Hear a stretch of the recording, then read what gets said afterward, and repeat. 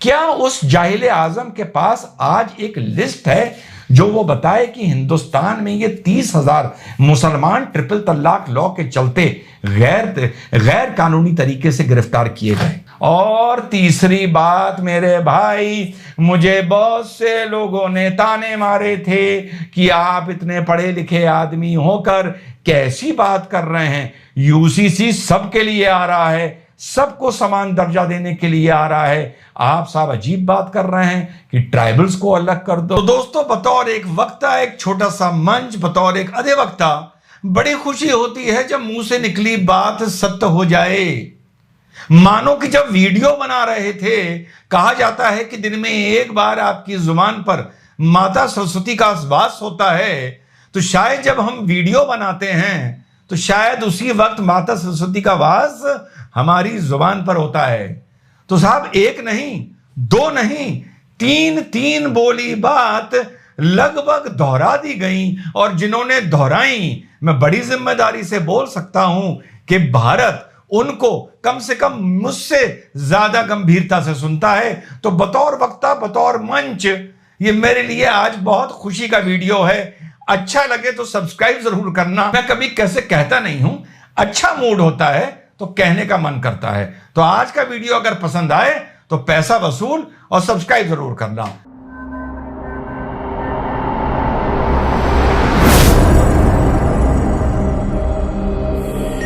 Hello, नमस्कार, सत श्री अकाल, अस्सलाम वालेकुम। कैसे हैं जनाब? धत्तरी की कटर छापो। तो साहब, एक नहीं, दो नहीं, पूरी तीन पिछले 10 दिन में बोली बात सत्य हो गई, और उन लोगों ने दोहरा दी। सच से मेरा मतलब यह है, उन लोगों ने दोहरा दी, उन जिम्मेदार पदों पर बैठे लोगों ने दोहरा दी, जिनके लिए ये कहा जा सकता है कि कम से कम उन्हें सुनने वाले मुझसे ज्यादा गंभीरता से सुनते हैं, या उनको ये देश, ये समाज ज्यादा गंभीरता से सुनता है। बात शुरू करते हैं आदि पुरुष से।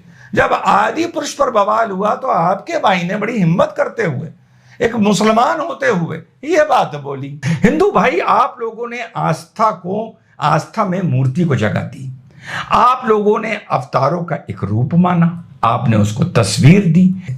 इस तस्वीर ने आपकी मदद करी एक चीज से कनेक्ट होने के लिए, आस्था से कनेक्ट होने के लिए। बहुत अच्छी बात है, लेकिन आपको ये नहीं लगता कि ये चीज जहां तक मुमकिन हो सके मूर्ति में, तस्वीर में ही सीमित रहनी चाहिए? आपको नहीं लगता कि आपके भगवानों का, आपके आस्था का नाम लेकर जो ये कमर्शियल प्रोजेक्ट्स बनते हैं, ये कहीं ना कहीं गलत है और कुछ जरूरत से ज्यादा बनते हैं? और साहब, ऑनरेबल इलाहाबाद हाई कोर्ट की लखनऊ बेंच की डिवीजन बेंच ने निर्माताओं को फटकार लगाते हुए बोला कि आप लोग धार्मिक पवित्र ग्रंथों से दूर रहें, और साथ साथ सेंसर बोर्ड को भी फटकार लगाई। यही बात आपके भाई ने बोली थी कि धर्म हो, आस्था हो, मानता हो, इसके इतने इंटरप्रिटेशन है, इतने व्याख्यान हैं, इतने रूप हैं कि इसमें घुसना समझो कि आग का दरिया है और तैर के जाना है। और हमारा समाज धर्म, आस्था, किसी चीज को भी लेके इतना सेंसिटिव है। और जैसा कि हमारे इलाहाबाद हाई कोर्ट के ऑनरेबल जजेस ने कहा कि शुक्र करिए कि आपने उनकी आस्थाओं को, यानी आदि पुरुष के निर्माताओं से बोला कि आपने उनकी उस वर्ग की आस्था को खंडित किया है, जो वर्ग कम से कम ज्यादा law and order problem create नहीं करता है। अगर आपने कुरान शरीफ पर इस तरह की कोई चीज लिख दी होती तो या दिखा दी होती तो सोचिए क्या होता। और साथ साथ में बड़ी जिम्मेदारी से ऑनरेबल हाई कोर्ट ने बोला कि भाई, ये सिर्फ किसी हिंदू ग्रंथ की बात नहीं है, आप बाइबल से भी दूर रहें, कुरान से भी दूर रहें, किसी भी आस्था से दूर रहें। अब जब मैं पढ़ रहा था बहुत पहले, मुझे नाम याद नहीं है, 300 प्रकार की रामायण पढ़ने को मिलती है, अलग अलग मान्यताओं से, लेकिन कुल मिला के उसका रूप एक है। वाल्मीकि रामायण पढ़िए तो प्रभु राम उसमें मर्यादा पुरुषोत्तम है, यहां पर हम बोलेंगे श्री राम उसमें मर्यादा पुरुषोत्तम है। जब आप तुलसीदास रामायण पढ़ेंगे तो वहां पर हम श्री राम को पाएंगे कि वो प्रभु राम है। जब आप कम रामायण पढ़ेंगे तो आप पाएंगे कि लक्ष्मण जी रावण का वध करते हैं। जब आप आध्यात्मिक रामायण पढ़ेंगे तो आप पाएंगे कि सीता जी का तो अपहरण हुआ ही नहीं था, वो तो एक भ्रम किया गया था रावण को खुश करने के लिए या किसी भी कारण से कि वो सीता माता को उठा के ले जा रहा है। जब आप उसका नाम क्या है, अद्भुत रामायण पढ़ेंगे तो आप ये पाएंगे कि उसमें ये लिखा है कि सीता माता ने महाकाली का रूप धारण कर कर रावण का वध किया था।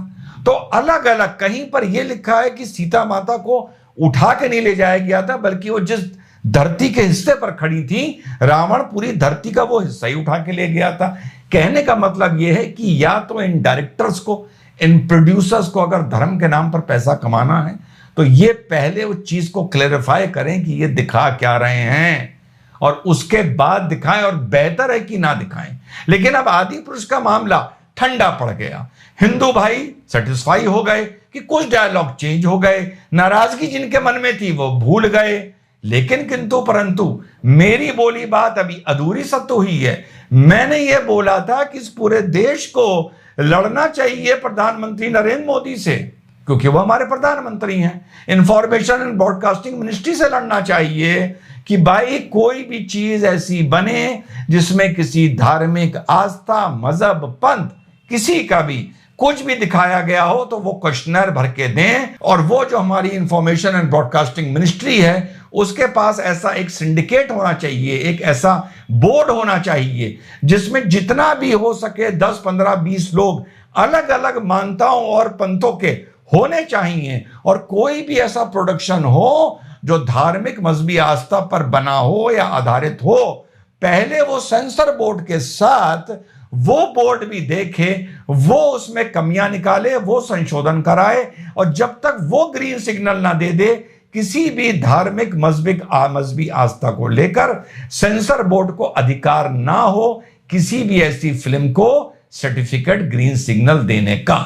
पर यह चीज नहीं होगी, क्योंकि हमारा देश मौखिक सॉल्यूशन तो चाहता है, लेकिन लॉन्ग रन में सॉल्यूशन हमारा देश, हमारा समाज, हमारे नेता, हमारी पॉलिटिकल पार्टीज मौखिक बवाल तो चाहती हैं, चाहे वो किसी का हो। मैं किसी का नाम नहीं ले रहा हूं, लेकिन एक लॉन्ग टर्म सॉल्यूशन नहीं चाहती हैं। हमारे देश में हर सॉल्यूशन के लिए एक प्रॉब्लम है, लेकिन हर प्रॉब्लम के लिए कोई सॉल्यूशन नहीं ढूंढा जाता है।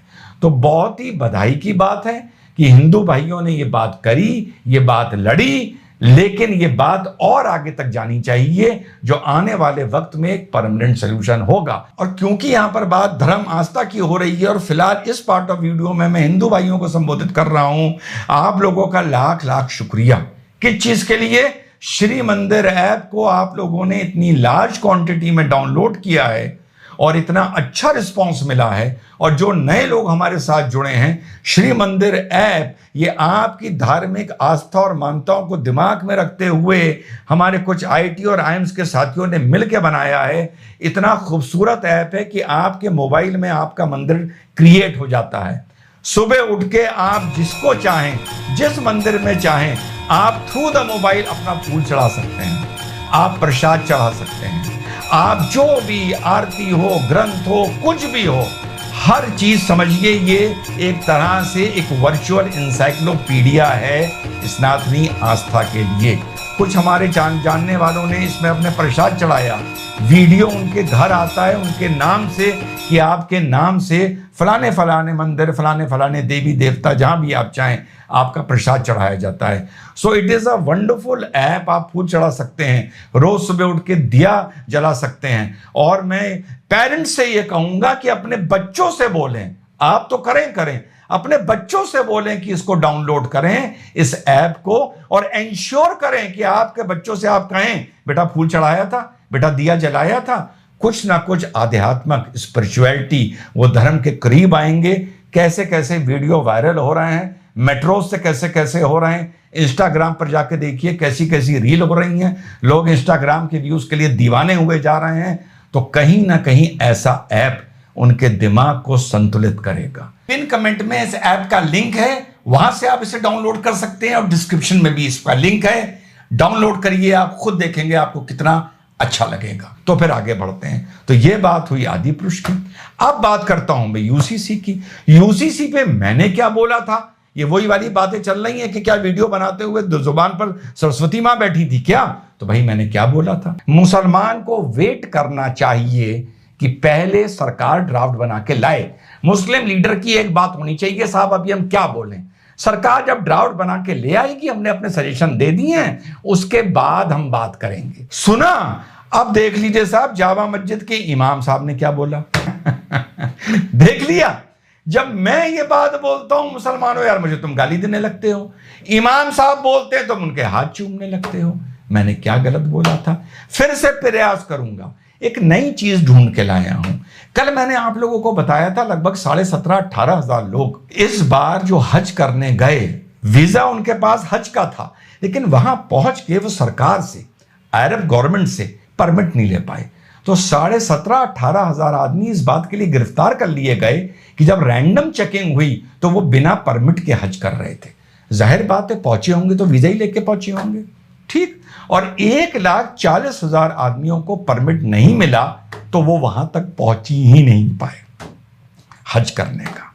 मुसलमान भाइयों, कुरान शरीफ की किसी आयत में लिखा है कि अरब का बादशाह तुम्हें जब तक परमिट नहीं देगा तुम हज नहीं कर सकते? कोई हदीस इस तरह की आई है कि जब तक अरब का बादशाह या खलीफा कोई भी तुम्हें परमिट नहीं देगा तुम हज नहीं कर सकते? हज तो ऊंट पे लोग यमन से आ जाते थे, इराक से आ जाते थे, कहीं से आ जाते थे, हज करके हर साल चले जाते थे। आधे से ज़्यादा नहीं, 99% मुसलमानों को तो यही नहीं पता होगा कि जो कुरान शरीफ की पहली आयत नाजिल हुई, जिससे हम मानते हैं इस्लाम एक नए फॉर्म में आया, जिससे हम मानते हैं हमारे हजूर मोहम्मद सल्लल्लाहु अलैहि वसल्लम को अल्लाह ताला ने अपना पैगंबर या नबी बनाया, हज उससे पहले से हो रहा है। हज उससे पहले से हो रहा है जो 99% लोगों को पता नहीं होगा और हिंदू भाइयों को भी नहीं पता होगा। तो भाई ये बताओ, क्या कोई ऐसी आयत है, कोई ऐसी हदीस है? नहीं है। तो फिर सऊदिया के शेख ने ये कैसे रूल बना दिया कि जब तक परमिट नहीं होगा तुम हज नहीं कर सकते, और 18,000 आदमियों को गिरफ्तार कर लिया इसके लिए, मुसलमानों को। तो क्या हो गया? गुनाह हो गया, इस्लाम खतरे में आ गया, इस्लाम खत्म हो गया, इस्लाम डूब गया। क्या? नहीं डूबा ना। वही हज है, वही हाजी है, वही मुसलमान है और हर चीज ठीक चल रही है। समझ रहे हो ये बात क्यों बता रहा हूं?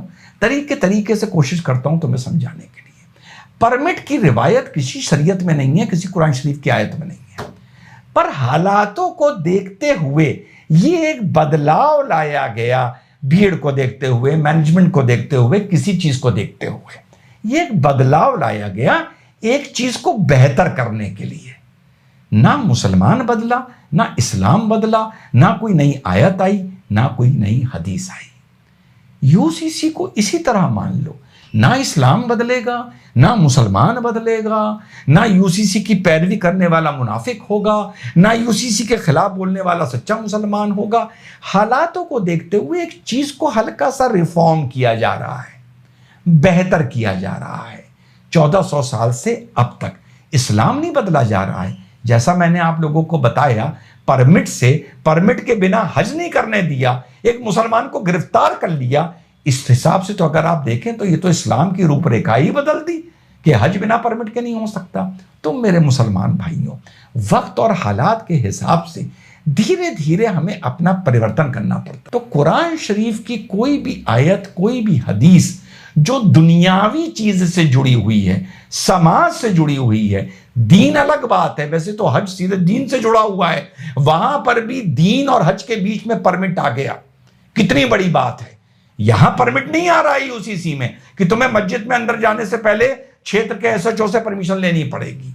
तो मुसलमान भाइयों, तरीके से आप लोगों को समझाता हूं कि जो भी चीज आए, जो इन्होंने बोला है, पहले वो चीज को सामने आने दीजिए, फिर पढ़िए। किसान आंदोलन हुआ था, जो भी हुआ तो चलिए लॉ वापस हो गए, कम से कम लॉ तो सामने आए। तो किसानों ने कहा कि ये गलत है, ये गलत है, ये गलत है। मैं तो कहता हूं पूरा लॉ गलत है, चलो मान लिया, पर किसानों के पास एक लॉ तो था ना। यार तुम तो हवा में लड़ने लगते हो, एनआरसी आता नहीं तुम लड़ने लगते हो, यूसीसी आता नहीं तुम लड़ने लगते हो। ट्रिपल तलाक को बैन करने का सिलसिला शुरू हुआ, कानून आया, तुम्हारे जाहिल आजम, तुम्हारे मौलानाओं ने यह कहा कि ये एक बहाना है मुसलमान नौजवानों को ट्रिपल तलाक के चलते जेल में डालने का। जाहिल आजम ने भी बोला था, तुम्हारे भाई ने चीख चीख के बोला था, मेरे भाई ये ऐसा कुछ नहीं है, तुम लोगों को भड़काया जा रहा है, ऐसा कुछ नहीं होगा।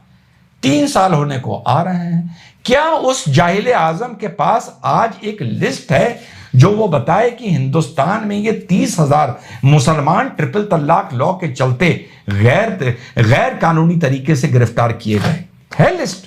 कोई लिस्ट नहीं है। सिर्फ तुम लोगों को डराया जाता है और तुम लोग डरते हो। मैंने हज का एग्जाम्पल दिया, बच्चे का एग्जाम्पल दिया, ट्रिपल तलाक का एग्जाम्पल दिया।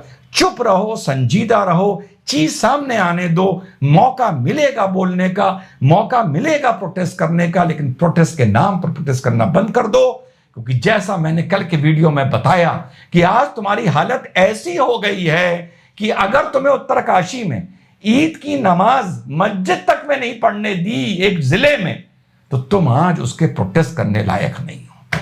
मेरे मुसलमान भाइयों, जो इंसान मोहल्ले में रोज लड़ता हुआ मिलता है, उसकी अगर कोई बहन को भी छेड़ के चला जाए ना और वो जाके उस आदमी से लड़े, तो मोहल्ले वाले कहेंगे गलती इसी की होगी। भले वो कहे इसने मेरी बहन को छेड़ के गया है, तब भी मोहल्ले वाले कहेंगे रहने दे यार, तू रोज कलेश करता है, रोज मोहल्ले में तेरे मारे हल्ला मचता है गली में। ऐसी अपनी छवि ना बनाओ कि किसी अच्छी बात पर, जायज बात पर भी सरकार का, कोई भी सरकार हो, भले मोदी जी की सरकार हो, योगी जी की, तुम उसका विरोध ना कर पाओ। तो दूसरी बात। और तीसरी बात, मेरे भाई, मुझे बहुत से लोगों ने ताने मारे थे कि आप इतने पढ़े लिखे आदमी होकर कैसी बात कर रहे हैं। यूसीसी सबके लिए आ रहा है, सबको समान दर्जा देने के लिए आ रहा है। आप साहब अजीब बात कर रहे हैं कि ट्राइबल्स को अलग कर दो, ये अलग कर दो। और मेरे भाई, पार्लियामेंट्री कमेटी, सुशील मोदी जी जो उसके कन्वीनर हैं, भाजपा के सांसद, उन्होंने ये स्पष्ट बोल दिया कि यूसीसी से ट्राइबल्स को बाहर रखा जाएगा। Every law has exception. कोई भी ऐसा कानून नहीं जिसमें अपवाद ना हो।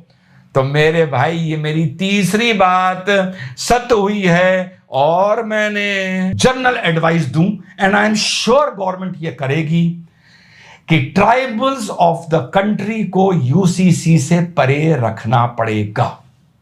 ये मेरा कन्विक्शन है, ये मेरा यकीन है कि ट्राइबल्स, जो शेड्यूल्ड ट्राइब्स हैं, उनको आप यूसीसी के अधीन नहीं ला पाएंगे। ये मैं बार बार दोहरा रहा हूं। मैंने अपनी तरफ से सजेस्ट भी किया है कि tribals should be kept out of the UCC. सुना कितने कॉन्फिडेंस से और कितने कन्विक्शन से कहा था कि ट्राइबल्स को यूसीसी का हिस्सा नहीं बनाया जाएगा। अगर आप ट्राइबल्स को यूसीसी का हिस्सा बनाओगे, मैं पुरानी बातें जोड़ के चलता हूं, जब 370 हटा था तो गृह मंत्री ने यह वादा किया था कि 371 को टच नहीं किया जाएगा।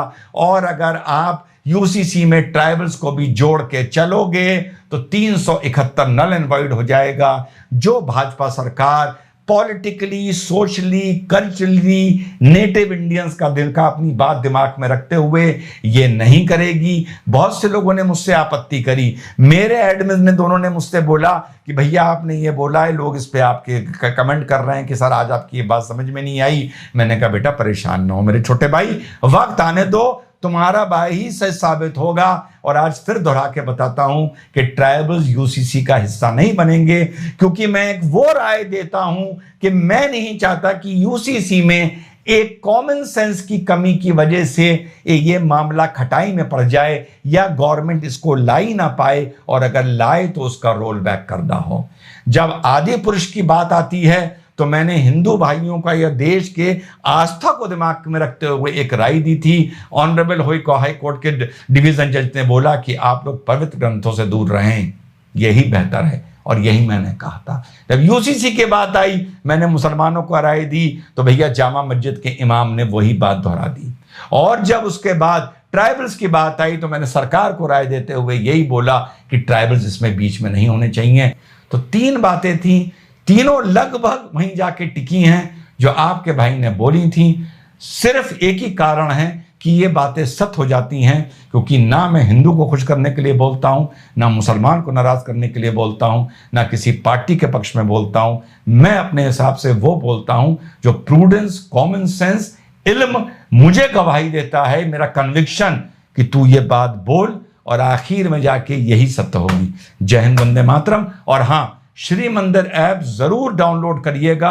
बहुत ही अच्छा ऐप है। अपने बच्चों से कहिए डाउनलोड करें और सुबह उठ के वो प्रसाद चढ़ाएं या फूल चढ़ाएं या दिया चढ़ाएं। कोई ना कोई अध्यात्म से जुड़ेंगे तो बहुत से उनके जीवन में संकट आने हैं या चैलेंज आने हैं, उनको काबू करने में या उनको पार करने में बाधाओं को, उन्हें परिवार के साथ, धर्म मजहब के साथ अगर आप जुड़े हुए हैं मजबूती से तो आपको आसानी होती है। तो श्री मंदिर ऐप को जरूर डाउनलोड करें। जय हिंद, वंदे मातरम, खुदा हाफिज।